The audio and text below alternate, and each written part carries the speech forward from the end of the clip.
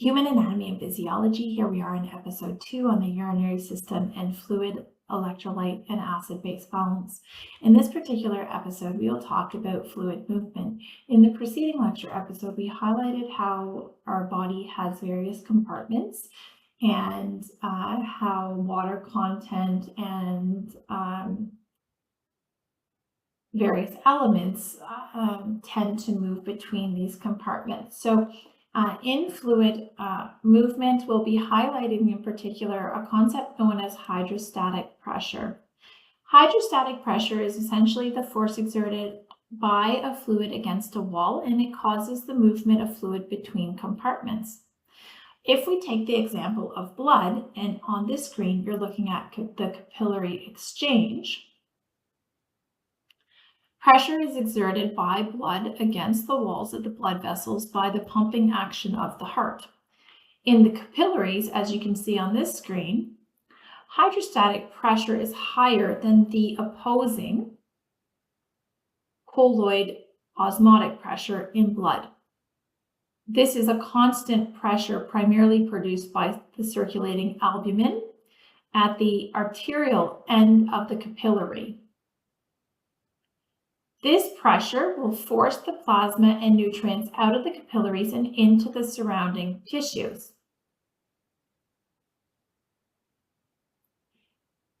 This results in that process of filtration that you see once again on the left-hand side of the screen in the arterial end. Now, fluid and the cellular waste in the tissues enter the capillaries at the venule end, where the hydrostatic pressure tends to be much less than the osmotic pressure in the vessel.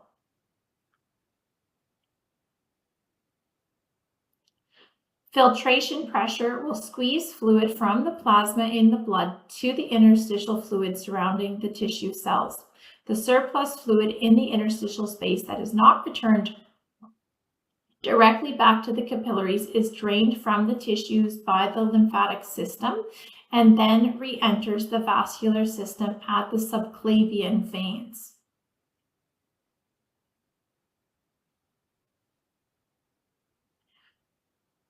Now, this concept of capillary exchange and filtration at the arterial end versus the venous end is very important when we think about a hydrostatic pressure and how it governs the movement of water in the nephrons, or those functional units of the kidneys. This process that we're looking at is crucial to ensure the proper filtering of the blood to form urine.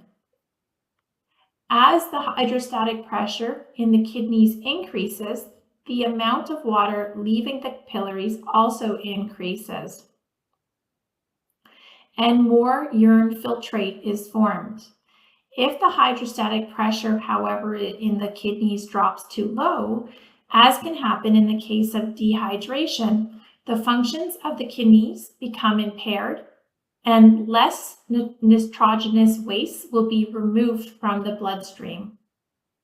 So that's just one clinical example of why fluid movement is so important. Once again, highlighting how hydrostatic pressure plays a more significant role at the arterial end as it exceeds the blood colloidal osmotic pressure,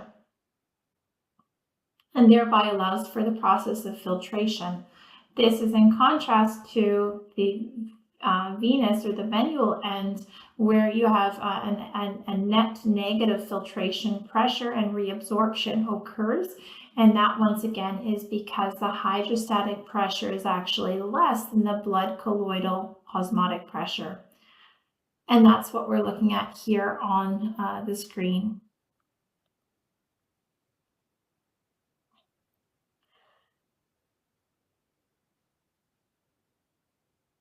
Now on this next slide, we're looking at the process of facilitated diffusion. And so this is a way, once again, in which we can have movement between the compartments in the body. In this particular example, we're looking at facilitated diffusion with glucose molecules. Glucose molecules can use facilitated diffusion to move down a concentration gradient, and that's owing to these carrier protein channels that we see embedded within the plasma membrane.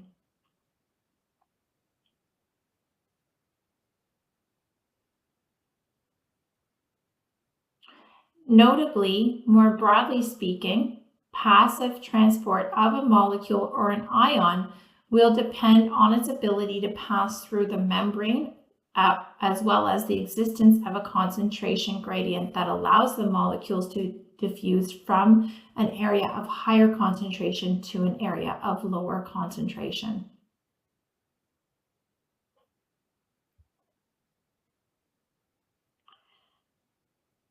Typically speaking, some molecules like gases, lipids, and water itself, which can use water channels in the membrane known as aquaporins, can actually make their way fairly easily through the cell membrane. However, other molecules such as glucose do not, and therefore rely on this process of facilitated diffusion. Now let's look at the two types of pressure which we've highlighted in the preceding lecture slides. We've mentioned the concept of hydrostatic pressure, and we've mentioned osmotic pressure. So let's break this down a little bit further. Simply put, hydrostatic pressure is going to be that force or pressure which pushes fluid out of the container. We saw this highlighted when we looked at the arterial end of the capillary exchange slide earlier in this lecture episode. In contrast, colloidal osmotic pressure is the force or pressure which retains fluid within a container, like a sponge.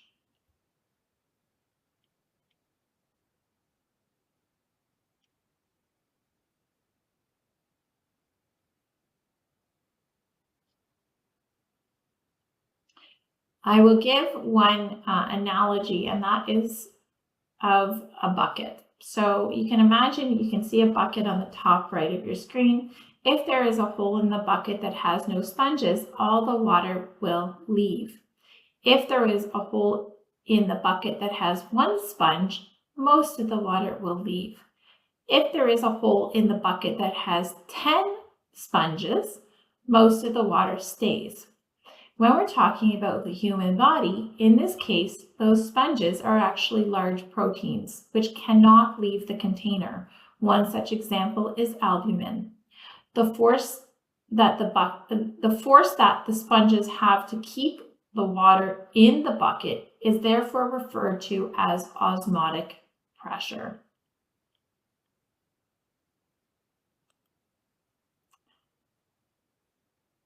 Now, we have one last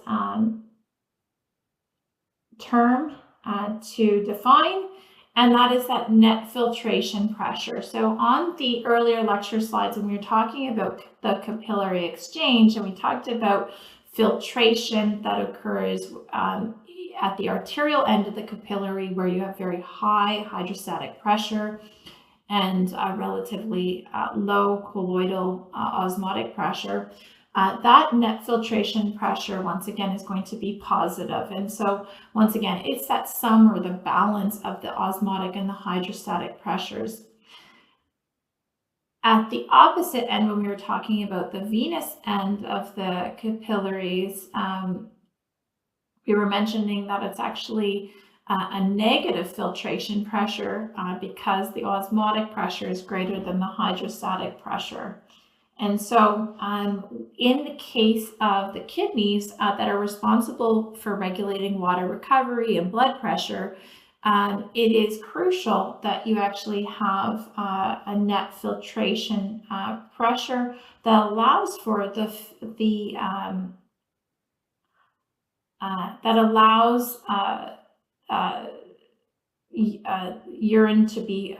blood to be filtered and urine to be produced. And therefore, you can see here when we're looking at the diagram on the screen here, you actually have a positive outward pressure, which is going to allow, once again, for that process of filtration to occur with a higher hydrostatic pressure.